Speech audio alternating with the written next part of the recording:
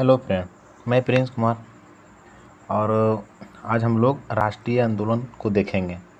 इसको पढ़ेंगे आज। पिछले वीडियो में हम लोग ट्रेडिशनल में कुछ कुछ पढ़े थे।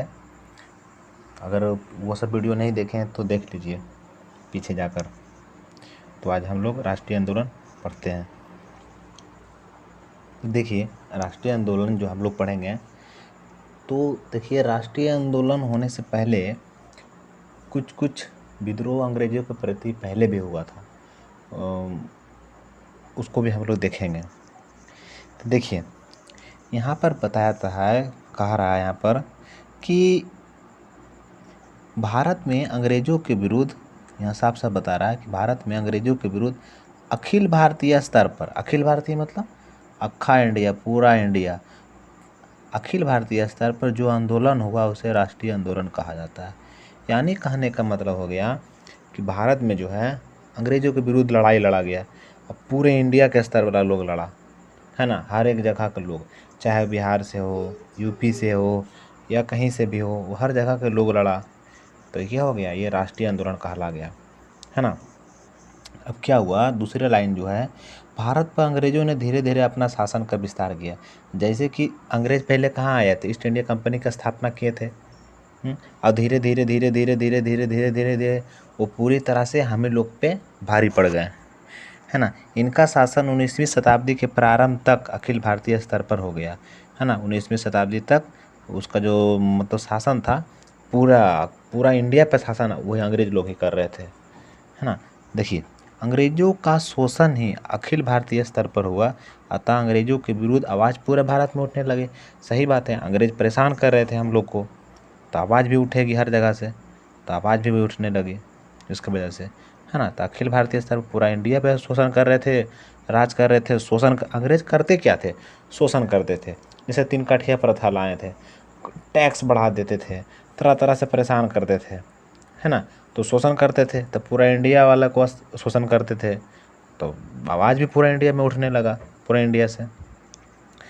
भारत में अंग्रेज़ों के विरुद्ध आंदोलन छिटपुट मतलब छोटे स्तर पर, छोटा छोटा तो शुरू से ही होते रहा, लेकिन धीरे धीरे क्या हो गया, धीरे धीरे और आंदोलन और बड़ा होते गया, है ना। जैसे कि कोई भी चीज़ है, मिट्टी से अगर थोड़ा थोड़ा पानी निकल रहा है, अगर निकलते रहेगा ना तो फिर तेज़ हो जाएगा, वही बात होता है। और अंततः राष्ट्रीय आंदोलन अखिल भारतीय स्तर पर होने लगा। तो जो राष्ट्रीय आंदोलन जो छोटा छोटा रूप में होता था, वो धीरे धीरे फिर बड़ा हो गया। जैसे कि छोटा छोटा में क्या हुआ उसको हम लोग देखेंगे, देखिए, तो हम लोग चलते हैं। देखिए, दूसरा बात और इसमें कि राष्ट्रीय आंदोलन के कारण क्या था। तो देखिए, पहला नंबर जो था कि अंग्रेज़ों के शोषण की नीति। अंग्रेज लोग जो थे वो शोषण करते थे हम लोग को, हम लोग से पूरी तरह से शोषण करते थे। अब कहते थे नील उगाओ, नहीं उगाता, मगर उगाते थे हम लोग तो पिटवो करता था और रोने भी नहीं देता था, है ना। तो बहुत परेशानी करता था। अंग्रेजी शिक्षा का प्रसार, हम लोग अंग्रेजी सीखने लगे तो उसको समझने लगे कि क्या कर रहा है, उसका चाल समझने लगे। भारत में प्रेस का विकास, यहाँ पर मिसप्रिंट हो गया है, इसको लिख लीजिएगा। भारत में प्रेस का विकास, प्रेस के आने की वजह से हम लोग का राष्ट्रीय आंदोलन कुछ ज़्यादा उसमें तेज़ी आई, गति आ गया इसमें, है ना। तो ये भी एक रीज़न था कि राष्ट्रीय आंदोलन हो गया। भारत में रेलों का विकास, रेल आ गया। पहले क्या होता था, जातिवादी बहुत होता था, तुम ये कास्ट है तो तुम हम में नहीं सटेगा, तुम ये नहीं करेगा। एक टाइम था जब हमारा भारत विश्व गुरु कहलाता था, तो बहुत अथी रहता था, मतलब कि इसका कोई ये नहीं था। जैसे पहले का समाज 4 वर्ग में था, ब्राह्मण, क्षत्रिय, वैश्य, शूद्र, ऐसे होता था। तो ये पहले जो था कर्म के आधार पर जाति था, बाद में जन्म के आधार पर जाति हो गया, है ना। तो कुछ इस प्रकार से एक अथी भी है, एक मतलब कि एक ही सब, सॉरी, हाँ। तो जैसे कि हम एक बता रहे थे कि जैसे एक जगह मिलता है, हम लोग जब अगर कभी पढ़ेंगे, एंशिएंट हिस्ट्री पढ़ेंगे, तो उसमें देखेंगे ना, उसमें जब हम लोग वैदिक काल पढ़ेंगे, ऋग्वैदिक काल पढ़ेंगे, उसमें जब समाज व्यवस्था हम पढ़ेंगे ना, तो उसमें क्या था कि एक समय ऐसा आता है कि जो वर्ण व्यवस्था जब कर्म आधारित थी, तो ऋग्वेद में एक मंडल था, मतलब कि एक प्रकार से बोल सकते हैं अध्याय। तो 8वां मंडल में एक जगह मिलता है, लिखा हुआ मिलता है, एक व्यक्ति कहता है 8वां मंडल में कि मैं एक कवि हूँ, कवि जो पोएट कहते हैं, मैं एक कवि हूँ, मेरे पिता वैद्य हैं और वैद्य है ना, और मेरी माँ घर घर जाकर गेहूँ पीसती है। यानी एक ही परिवार में कितना लोग हो गया, खुद अलग जात, पापा अलग कास्ट और मम्मी अलग कास्ट, है ना। तो ऐसे पहले था वो जन्म कर्म आधारित था, जो जैसा काम करेगा, कोई पढ़ाने का काम कर रहा है तो ब्राह्मण में चला गया, कोई बचाने का काम कर रहा है, लड़ाई कर रहा है, देश के लिए कुछ या राज्य के लिए कुछ कर रहा है तो वो क्षत्रिय हो गया, इसी प्रकार से। मगर बाद में फिर जन्म आधारित हो गया, बहुत मुश्किल हो गया फिर हर चीज़ में। फिर बाद में यही भेदभाव, ये जातिवाद का इतना भेदभाव पड़ गया इंसान में कि इंसान इंसान को देखने नहीं मांगता था। तो ये जो हमारा रेल है, जो भारत में रेल का विकास हुआ, ये सबको एक में मिलाने का बहुत बहुत हम बोल सकते हैं कि बहुत इनका ये सहयोग रहा है एक प्रकार से।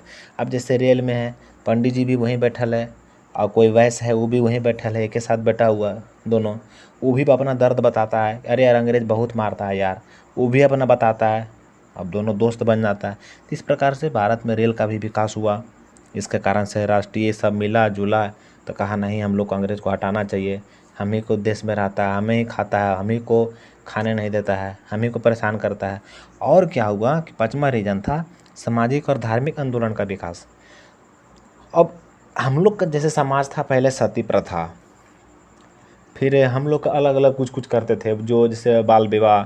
तो अंग्रेज लोग क्या करते थे ना, हर हर चीज़ में हस्तक्षेप करते थे, परेशान करते थे वो लोग कि अरे यार तुम लोग ऐसे करता है, तुम लोग सती प्रथा में अच्छा नियम नहीं मानता, कुप्रथा था एक प्रकार से, है ना। तो इस प्रकार से हर तरह से वो हस्तक्षेप करते थे। तो इसके वजह से भी लोग परेशान हो गए कि अरे यार तुम हम लोग को जो धार्मिक चीज़ है, कोई चीज़ है, सामाजिक चीज़ है, उसमें तुम लोग हस्तक्षेप क्यों करता है। इसके वजह से भी लोग गुस्साए और लोग आंदोलन कर बैठे, है ना।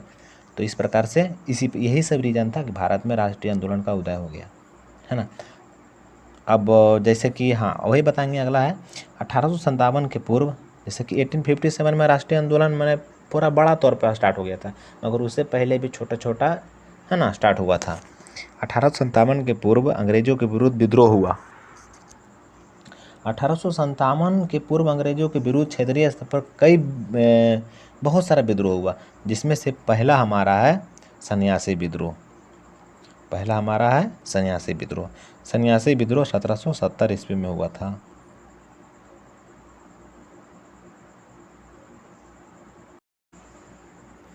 हाँ, सन्यासी विद्रोह जो था 1770 ईस्वी में हुआ था। क्या हुआ था, सन्यासी विद्रोह क्या था कि बंगाल में क्या हुआ था कि हम कह सकते हैं कि अगर अंग्रेज़ों के प्रति अगर कोई पहला विद्रोह था तो वो सन्यासी विद्रोह था। क्या हुआ था कि बंगाल में एक बार 1770 ईस्वी में बहुत बहुत माने भयंकर अकाल पड़ गया था। और अकाल पड़ गया था, अकाल पड़ जाएगा तो जाहिर से बात है कि सबका स्थिति खराब हो जाएगा, चाहे वो किसी भी वर्ग का हो, अगर अकाल पड़ गया तो, है ना। तो जैसे कि ज़मींदार था, कृषक था, शिल्पकार था, सब के सब परेशान हो गए। और अंग्रेज क्या किए कि तुम लोग को तीर्थ स्थान पे नहीं जाना है, मना कर दिए कि तुम लोग को तीर्थ स्थान पे जाना ही नहीं। जिसके वजह से जो था सब गुस्सा गया। जो वहाँ के जो सन्यासी लोग थे, जिससे कहते हैं कि हिंदू धर्म में सन्यासी, है ना, सन्यासी लोग थे, वो लोग गुस्सा गए कि तुम लोग काहे मना करेगा हम लोग को यहाँ पर जाने के लिए, है ना। इसके लिए जो है ये पहला हथियार उठा था 1770 में अंग्रेजों के प्रति। इसी को सन्यासी विद्रोह कहा जाता है। कहीं मिस्टेक होगा तो सुधार लीजिएगा, जैसे कि यहाँ विरोह लिखा गया है ना। तो वही क्या हुआ कि 1770 ईस्वी के आसपास में बंगाल के नाना साहू, है ना, अंग्रेजों के विरुद्ध में हथियार उठा लिए थे। तो इस प्रकार से ये इस सन्यासी विद्रोह ही था। और सन्यासी विद्रोह का जो मेल रूप से जो जैसे होता है, हर चीज़ के नेतृत्व करने वाला होता है, बिना नेतृत्व के कुछ नहीं सही होता है। तो एक थे मोहनगिरी और दूसरा भवानी पाठक, ये दो थे, इम्पोर्टेंट है। सवाल आता है कभी कभी बीपीएससी में या तो और भी कोई एग्जाम में कि सन्यासी विद्रोह का नेतृत्व करने वाला कौन था, तो दो था, मोहनगिरी और भवानी पाठक, है ना। और इसमें इम्पोर्टेंट बात यह है कि जिसने इस विद्रोह को दबाया था, जिसने इस विद्रोह को दमन किया था, उसका नाम था वारेन हेस्टिंग, है ना। यही था, वारेन हेस्टिंग था, उस टाइम का गवर्नर जनरल था 1770 ईस्वी में इंडिया का। तो यही बहुत कठोरता से इस विद्रोह को दमन कराया था, बहुत कठोरता से। हम लोग ट्रेडिशनल में पढ़े थे, तो उसमें हम लोग पढ़े थे कि जैसे कि एक बंगाल के बहुत ही बड़ा विद्वान थे जिनका नाम था बंकिम चंद्र चटर्जी, है ना, बंकिम चंद्र चटर्जी। तो उन्होंने, जैसे हम लोग पढ़े थे वंदे मातरम, है ना, तो बंकिम चंद्र चटर्जी थे ना, इन्होंने एक उपन्यास लिखे थे, है ना, आनंद मठ, उपन्यास लिखे थे आनंद मठ। इस आनंद मठ में इसी सन्यासी विद्रोह का उल्लेख था उसमें। पहले को अंग्रेज लोग कुछ छापने भी नहीं देते थे, बहुत परेशान करते थे, कुछ भी छाप दिए, बहुत कुछ कुछ कोड वर्ड में, या तो कुछ कॉमेडी टाइप के, या कुछ भी मतलब अलग तरह से हाँ शो करना रहता था, बात बताता था। अंग्रेज जानता था कि हाँ मेरे बारे में बुराई कर रहा था, बहुत पीटता था, है ना। तो बंगाल के वही प्रसिद्ध विद्वान जो थे बंकिम चंद्र चटर्जी, वही एक उपन्यास लिखे थे आनंद मठ, है ना। और उसी में सन्यासी विद्रोह का उल्लेख है कि सन्यासी विद्रोह में ऐसा ऐसा हुआ था। और हमारा गीत भाई वंदे मातरम आनंद मठ से लिया गया है। तो वंदे मातरम को लिखा किसने? बंकिम चंद्र चटर्जी ने। चलिए ठीक है, आगे देखते हैं। अब देखिए फकीर विद्रोह, फकीर विद्रोह जो है ये भी देखिए, अगर इसको रिलेट कीजिए तो ये भी उसी के जैसा है। इधर फकीर विद्रोह क्या हुआ, उधर जो था सन्यासी विद्रोह हिंदू धर्म के लोग उधर किया था, और यहाँ फकीर विद्रोह जो था ये भी उसी के जैसा है। इसमें भी हुआ कि ये भी बंगाल में ही हुआ। यहाँ भी जो यहाँ पर मुस्लिम संत बोल सकते हैं, है ना। जैसे जिस समय बंगाल में सन्यासी विद्रोह हुआ उसी समय मुस्लिम संत ने भी विद्रोह कर दिया था, क्योंकि तीर्थ स्थान पे धर्म जो धार्मिक स्थल था वहाँ पे जाने से बैन कर दिया अंग्रेज लोग। तो इसके वजह से जो मुस्लिम संत था ये लोग भी विद्रोह किया कि हम लोग को क्यों मना करेगा। तो ये लोग भी विद्रोह कर दिया कि हम लोग को मना नहीं कर सकता, ये हम लोग का अपना है, ये है ना। तो उसमें से हमारा जो इसमें जो फ़कीर विद्रोह हुआ था 1770 ईस्वी में, है ना, ये भी 1770 में ही हुआ था, उसी टाइम हुआ था, हम डेट लिखना भूल गए, है ना। तो इसमें फ़कीर विद्रोह का जो नेतृत्व था वो मजनू शाह ने किया था, है ना। फ़कीर विद्रोह का नेतृत्व किसने किया था? मजनू शाह ने, मजनू शाह ने, मजनू शाह ने फ़कीर विद्रोह का नेतृत्व। और अंग्रेज़ तो विद्रोह दबाने में माहिर थे, इसके पास पैसा का कमी था क्या? सारा इंडिया का खजाना तो यही लेके जा रहा था, है ना। विद्रोह तो इसके पास आर्थिक रूप से बहुत ही मजबूत, हर तरह से, है ना। क्या पूछेंगे ये सन्यासी को और इसम को, है ना। तो 1776 ईस्वी से 1777 ईस्वी के बीच में अंग्रेज ने इसको क्या किया, बहुत ही एकदम कठोरता से दबा दिया, ख़त्म कर दिया इस विद्रोह को। तो पूछ देगा कि फ़कीर विद्रोह कब हुआ था, तो भी 1770 में ही हुआ था। इसको दबाया कब गया, तो 1776 से 1777। ये सारा है एग्ज़ाम के पॉइंट ऑफ व्यू से बहुत बहुत बहुत बढ़िया है। इसको सबको दिमाग में रखिए, पढ़िए, याद कीजिए, मज़ा आ जाएगा। और वीडियो अच्छा लगता है तो लाइक ज़रूर कीजिए, मेहनत करना पड़ता है, खुद भी पढ़ते हैं। चलिए आगे देखते हैं। फ़कीर विद्रोह तो हो गया, अगला है चुआर विद्रोह, है ना। अगला है चुआर विद्रोह। हम लोग अब चुआर विद्रोह के बारे में समझते हैं। चुआर विद्रोह, अब देखिए चुआर विद्रोह, बंगाल में एक ज़िला है जिसका नाम है मिदनापुर। बंगाल में ज़िला है जिसका नाम क्या है? मिदनापुर। मिदनापुर ज़िला है बंगाल में एक। वहाँ क्या था, एक जनजाति है जिसका नाम है चुआर। तो बंगाल की मिदनापुर ज़िला में चुआर जनजाति था, ये भी 1770 ईस्वी के आसपास ही, ये भी अंग्रेज़ों के विरुद्ध विद्रोह कर दिए थे। अंग्रेज देखिए कितना सारा कारण था। एक तो अकाल पड़ा हुआ था, धार्मिक की जगह पे जाने से मना कर दिया था, टैक्स बढ़ा दिया था, तो हालत तो सबका ख़राब होगा ना, आदिवासी का भी हालत ख़राब हो गया। ये भी अंग्रेज़ों के विरुद्ध मिदनापुर में विद्रोह कर दिए, है ना। तो अंग्रेज इसको भी नहीं बूझे, इसको भी दबा ही दिया, चुआर विद्रोह को भी, है ना। चुआर विद्रोह बहुत छोटा सा था, कुछ था नहीं। बस सिंपल है कि 1770 ईस्वी में था। 3 विद्रोह हो गया, इधर चुआर विद्रोह, फ़कीर विद्रोह और सन्यासी विद्रोह, तीनों को तीनों 1770 ईस्वी में हुआ था। और इसमें ये डेट आता है कि 1776 से 1770 इस बीच में इस विद्रोह को दबा दिया था। पिछला में याद रखना है कि इसको वारेन हेस्टिंग था जो ये सन्यासी विद्रोह में सन्यासी विद्रोह को दबाया था ये। चलिए चुआर विद्रोह हो गया ना। अब अगला देखते हैं, हो एवं मुंडा विद्रोह। हो एवं मुंडा विद्रोह, अरे भाई, हो एवं मुंडा विद्रोह। देखिए मुंडा कहने से ही पता चलता है, जैसे हम लोग बचपन में पढ़े थे हम बिरसा मुंडा के बारे में, है ना। तो मुंडा कहने का मतलब पता चल जाता है कि झारखंड तरफ। तो हो एवं मुंडा जो था एक जनजाति था, है ना, झारखंड के तरफ। तो इसका जो मेन केंद्र था हो एवं मुंडा विद्रोह का, वो झारखंड में था, है ना। झारखंड कह सकते हैं, या झारखंड के जिला है छोटा नागपुर या सिहलूम जिला, है ना। छोटा नागपुर या सिहलूम जिला, छोटा नागपुर और सिहलूम जिला। ये यहाँ के रहने वाले जो मुंडा जाति थे, हो एवं मुंडा, है ना, हो एवं मुंडा जनजाति जो थे, वो 1820 से लेकर 1822 ईस्वी में और 1831 ईस्वी में बहुत ज़बरदस्त विद्रोह किए थे। इसका भी यही रीज़न था क्योंकि ये अक्खा इंडिया पूरा अखिल भारतीय स्तर पे ये लोग ना शासन करते थे, तो परेशानी तो सबको होना था। तो वो मुंडा की परेशानी हुआ, इनका भी जब भूमि कर बढ़ गया, टैक्स बढ़ा दिया ज़मीन का, तो और टैक्स बढ़ा दिए जिसके वजह से परेशान हो गए। और इन लोग का भी जो संस्कृति था, जैसे इन लोग का जो इस प्रकार का जनजाति होता है, इन लोग का अलग प्रकार का संस्कृति रहता है। आप देखे होंगे झारखंड तरफ में उन लोग को अलग तरह से सब चीज़ अलग तरह से रहता है, उन लोग डांस भी अलग तरीक़ा से करता है ना।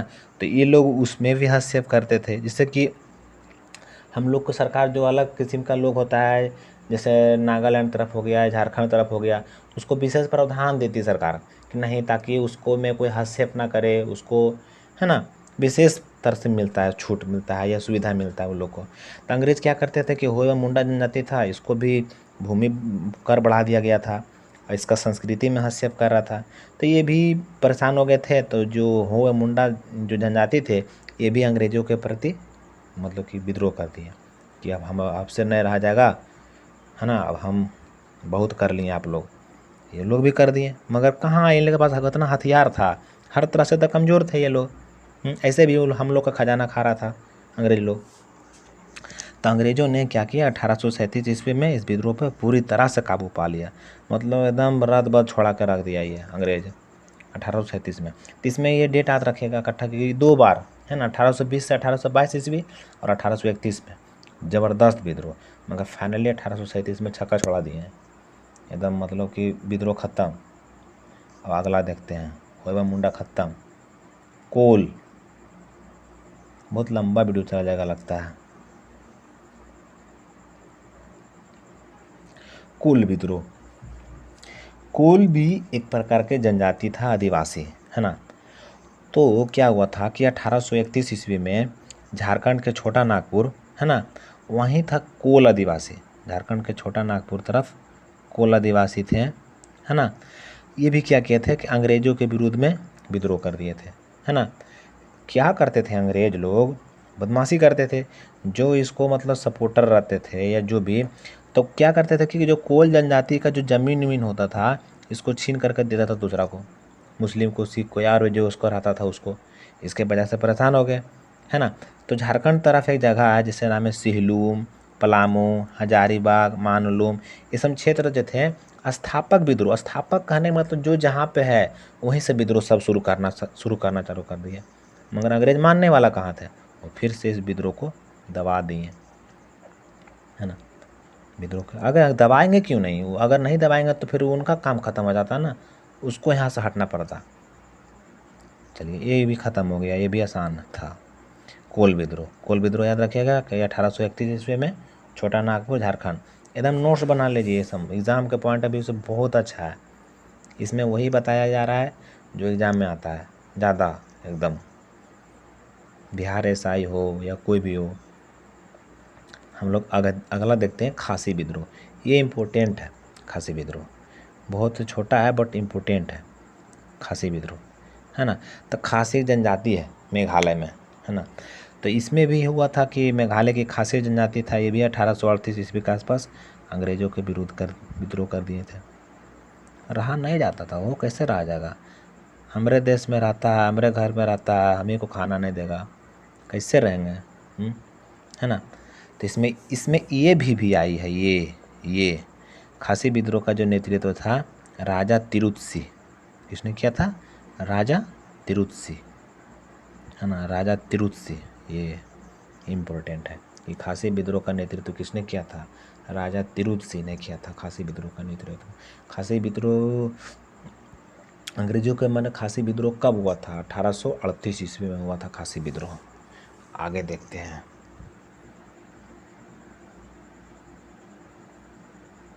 देखिए पागलपंथी विद्रोह पागलपंथी विद्रोह।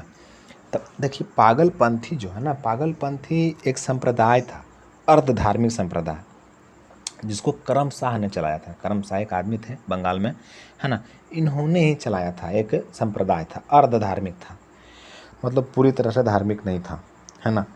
तो क्या हुआ था कि करम शाह की इसी के नेतृत्व में अंग्रेजों के लोग इसी नेतृत्व करता ये थे, और बाकी सब जो थे ये मिल करके अंग्रेजों से विद्रोह कर दिए, है ना, कि छोड़ो यार, जाओ यहाँ से, अंग्रेज, है ना, उसको हटाते थे, है ना।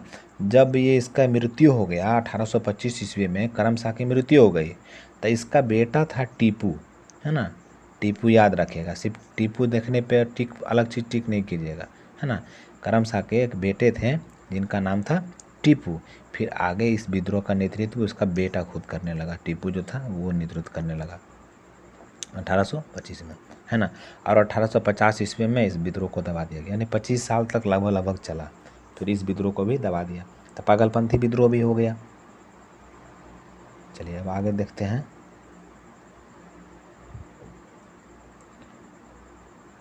फरजाई विद्रोह। फराजाई विद्रोह था, ये भी बंगाल में हुआ था। फराजाई देख रहे हैं, मैक्सिमम बंगाल में हुआ था। इधर अकाल पड़ा था, वहीं ज़्यादा टैक्स वैक्स बढ़ा दिया था। तो फराजाई विद्रोह भी ये भी बंगाल में हुआ था। 1838 से 1857 ईस्वी तक चला था, यानी देख रहे हैं ना, राष्ट्रीय आंदोलन तक खींच दिया ये विद्रोह, है ना। ये विद्रोह जो था 1838 से 1857 तक चला था। अब इसका जो नेतृत्व देखिए, कुछ याद रहे चाहे नहीं, नेतृत्व कौन कर रहा था अगर दिया हुआ है, देखिए इसमें वही है जो इम्पोर्टेंट है एग्ज़ाम के, इसीलिए वही दिए हैं, है ना। तो फरजाई विद्रोह का नेतृत्व जो था वो दादू मियाँ ने किए थे। किसने किए थे? दादू मियाँ ने। तो फरजाई विद्रोह में इतना सा ही याद रखना, वीडियो लंबा हो रहा है, कोई देखेगा भी नहीं वीडियो ज़्यादा लंबा होगा तो। अब हम लोग देखते हैं संथाल विद्रोह। संथाल विद्रोह देखिए, संथाल विद्रोह जो था, झारखंड में एक जगह है संथाल परगना, है ना। झारखंड में एक जगह है संथाल परगना, वहाँ दो भाई थे, एक का नाम था सिद्धू और एक का नाम था कान्हू। सिद्धू कान्हू के नेतृत्व में ही एक विद्रोह हुआ था, है ना, है ना। तो देखिए यहाँ एक मिस्टेक है हल्का सा, संथाल विद्रोह को, है ना, संथाल हुल विद्रोह, हुल यहाँ पर ह सिर्फ लिखा गया, हुल, पेन अच्छा से नहीं चलता है, हुल, हर हु वाला हुल, हुल,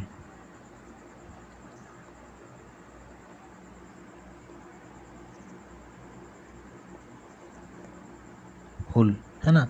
संथाल हुल विद्रोह, संथाल हुल विद्रोह, हाँ। तो इसमें उसको मैंने इस विद्रोह से भी जानते हैं, संथाल विद्रोह को संथाल हुल विद्रोह के भी नाम से जाना जाता है ना। इसमें क्या किया गया था कि संथाल जो क्षेत्र थे, बाहरी लोगों ने पूरे तरह से हस्तक्षेप कर लिया था, पूरा इसका खेत हथिया लिया था, पूरा एकदम अथी कर लिया था। जमींदार महाजन, पहले जमींदार का बहुत रहता था, एकदम कहने नहीं रहता था, है ना। तो जमींदार महाजन सब पूरा शोषण, अंग्रेज तो करवे करते थे, ये भी करते थे, है ना। इंडिया के होते हुए भी ये लोग क्या माल मिलता था, पूरा शोषण करते थे अंग्रेज के चमचा लोग, ये लोग। तो क्या हुआ, तो जो ये लोग जिसको मतलब कि जो भूमि को या तो मन परेशान करते थे, इन लोग को हस्तक्षेप करते थे, इन लोग को सिद्धू और कान्हू में, तो ये लोग जो थे ना, इसको बोलते थे दीकू। क्यों दीकू काहे बोलते थे ना, इन लोग बड़ी दिक्कत देता था, इन लोग संथाली लोग को। इसलिए इनका जो दिक्कत देते थे ना, इसलिए कहते अरे देखो दीकू आ रहा है, क्योंकि बहुत दिक्कत देते थे तो दीकू बोलता था उसको, अरे दीकू आ रहा है देखो दीकू, है ना। तो पूछेगा कि दीकू कौन था, मैंने कौन दीकू पूछ सकता है, नहीं भी पूछ सकता है ना। तो इतना दिमाग में रखना है कि जो ये बाहरी लोग को, जो संथाली लोग थे ना, वो दीकू कहते थे।